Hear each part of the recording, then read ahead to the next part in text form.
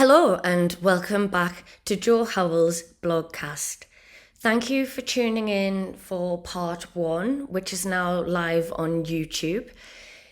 And I thought I had better follow up very quickly with part 2, as quite a few of you seemed eager to see the other 5 sculptural ideas.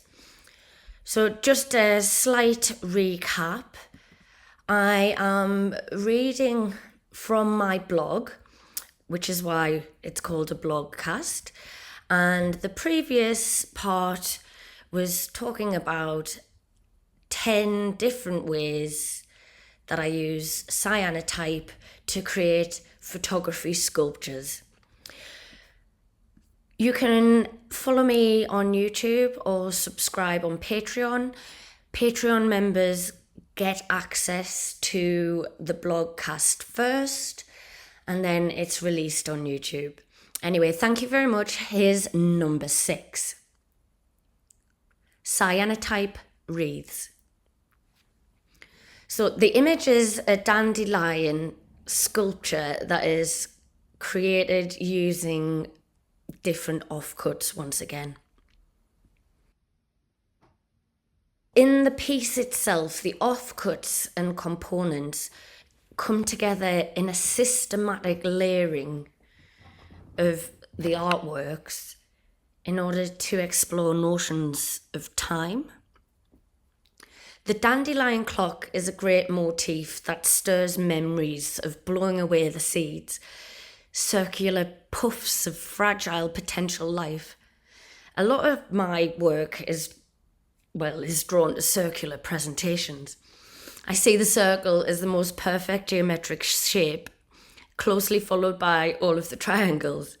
Though I've not tried triangular presentation, it doesn't kind of have the soft wholeness of a circle. I use a glue gun to build up the different layers of offcuts around a circular wooden frame. These pieces are fun, quite easy to make, and it's a really good way of using waste images again. Number 7, laser cut cyanotype models. Shown in the image is Stephenson's rocket made out of wood, and it comes as a laser cut puzzle that you can then put together.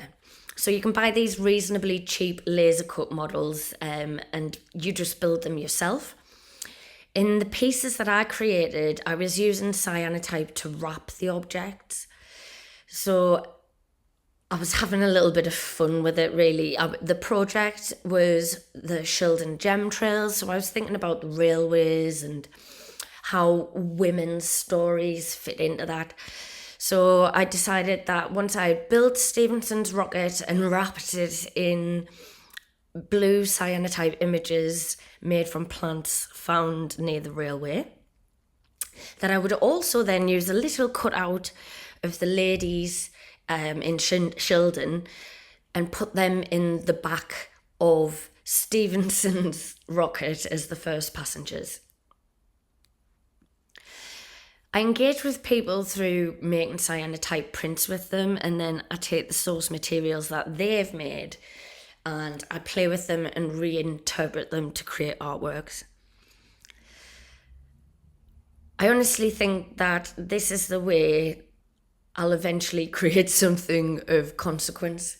So I create by making lots of stuff and then editing myself down. Number 8, cyanotype birdhouses. This felt like a natural progression from the railway models. The commission was from Discover Brightwater, and it was to create an art trail in collaboration with the community. So I wanted to include Timothy Hackworth Park as a nice connection to the landscape. And I thought what would be really nice would be to have functional cyanotype birdhouses. So at home I started creating small versions using laser cutouts once again. So the birdhouses were constructed and then wrapped in different cyanotype images. The aesthetic was really, really nice, but the functionality of using real cyanotype prints on a birdhouse that is going to be outdoors and subject to the elements, well, it's not going to work. So that's when I began to try and figure out, well, can I use just a lick of wood varnish and will that give it enough weatherproofing to go outside? I did varnish one of the birdhouses and I put it outside to see what would happen. And this is where things started to get a little bit weird and interesting. Cyanotype is a really hardy chemistry, but even once it's washed, that chemistry is still performing chemical reactions with its surroundings all of the time. In bright sunlight, the blue will fade away to white. And if it can't breathe under the varnish, it will dull the blue. And then finally, if it's damp, it will decay. So the fact that cyanotype is such a reactive chemistry, I realised that the only way to create functional birdhouses was to vinyl decal them. So I sourced what's supposed to be eco vinyl. So eventually it will rot away. And I bought birdhouses specifically from the RSPCB that were for native species to Shildon in County Durham. And then I worked with Groundworks Northeast for them to install the birdhouses in the correct setting, because each birdhouse, in order to be functional, had to be in a particular position to entice that species of bird to come and make their home in it. So 9, installation cyanotype artworks and site-specific work.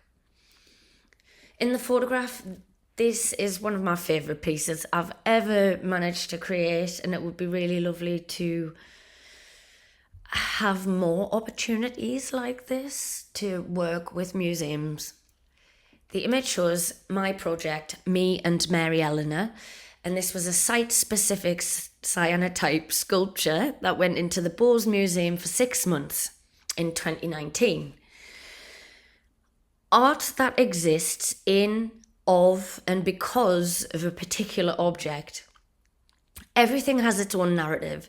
Each scuff or mark is imbued with the memory of that moment.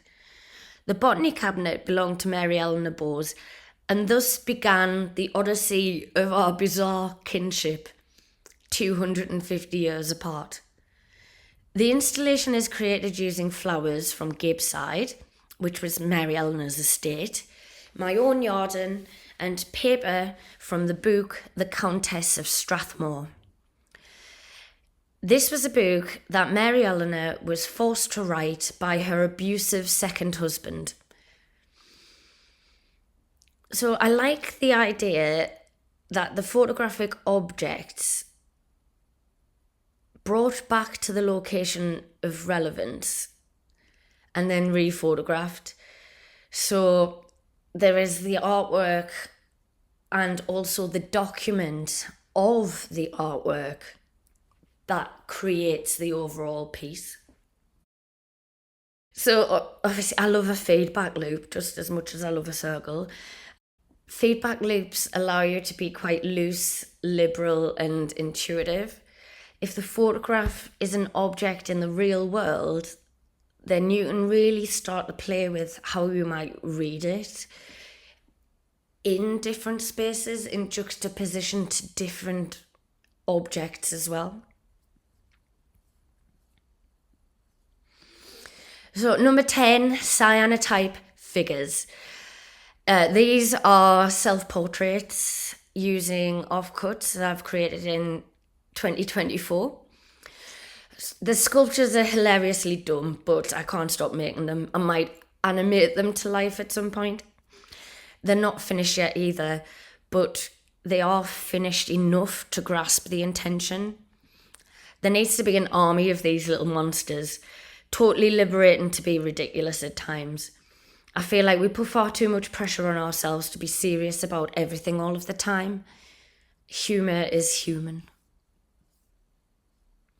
So yeah, these self-portraits are using offcuts to create structure and pattern, and then using some self-portraits that I did of me pulling different faces, trying to get across different emotions. And then the little faces were used in both the dandelion sculpture and also the little figure sculptures.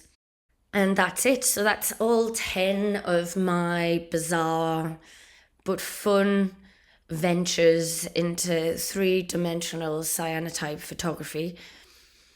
As you probably realised, I like to use as much of the materials that I have in my practice as possible. I'm not really very fond of waste, and actually in the process of trying to be less wasteful, it has encouraged me to be more experimental with the things I create. Thanks for listening. Tune in again next time. And don't forget to subscribe and like.